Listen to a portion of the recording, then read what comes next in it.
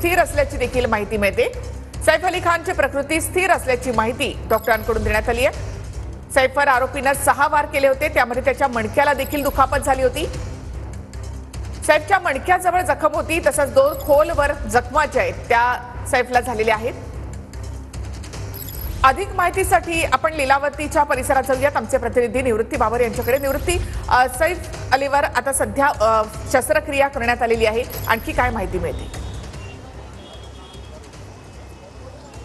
नक्कीच निखिल, आपण पाहतोय की 3:30 वाजता सैफ अली खान यांना लीलावती रुग्णालयामध्ये दाखल करण्यात आलं होतं। त्यानंतर त्यांच्यावरती उपचार सुरू होते, परंतु ज्या पद्धतीने त्यांच्यावरती 6 वार करण्यात आले होते, त्या 6 वारमधले 2 वार जे आहे ते खोलवर होते, त्याच्यामुळे त्यांच्यावरती शस्त्रक्रिया करण्याचा निर्णय जो आहे तो डॉक्टरांनी घेतला होता। 3 डॉक्टरांच्या टीमने आणि लीलावती रुग्णालयातल्या डॉक्टरांनी जे आहे ते त्यांच्यावरती शस्त्रक्रिया पूर्ण केलेली आहे आणि शस्त्रक्रिया पार पडली असल्याची माहिती स्वतः सैफ अली खान यांच्या टीमने आणि रुग्णालय प्रशासनाने देण्यात आलेले आहे। त्यांची प्रकृती आता स्थिर असल्याची माहिती जी आहे ती देखील माहिती देण्यात आलेली आहे।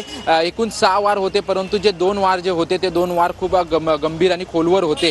त्याच्यापैकी पाठीमागे मणक्याच्या बाजूला 1 वार होता आणि एक मानेवरचा वार जो आहे तो खोलवर होता, त्याच्यामुळे त्याच्यावरती शस्त्रक्रिया करण्यात आली आणि संपूर्ण शस्त्रक्रिया झाल्यानंतर त्यांची प्रकृती स्थिर असल्याची माहिती देखील रुग्णालय प्रशासन आणि सैफ अली खान यांच्या टीमच्या वतीने देण्यात आलेली आहे। आता सध्या सैफ अली खान यांच्यावरती एक डॉक्टरांची टीम जी आहे ती टीम देखरेखीखाली ठेवण्यात आलेली आहे, कारण की त्यांना शुद्ध आल्यानंतर कशा पद्धतीने ते उपचाराला पाठिंबा देतात याच्यावरती देखील डॉक्टरांचं लक्ष आहे। त्यानंतर मुंबई पोलिसांची टीम देखील त्यांचं एक स्टेटमेंट जे आहे ते स्टेटमेंट नोंदवून घेतील, कारण मुंबई पोलिसांची टीम पुन्हा एकदा तुमच्याकडे येते।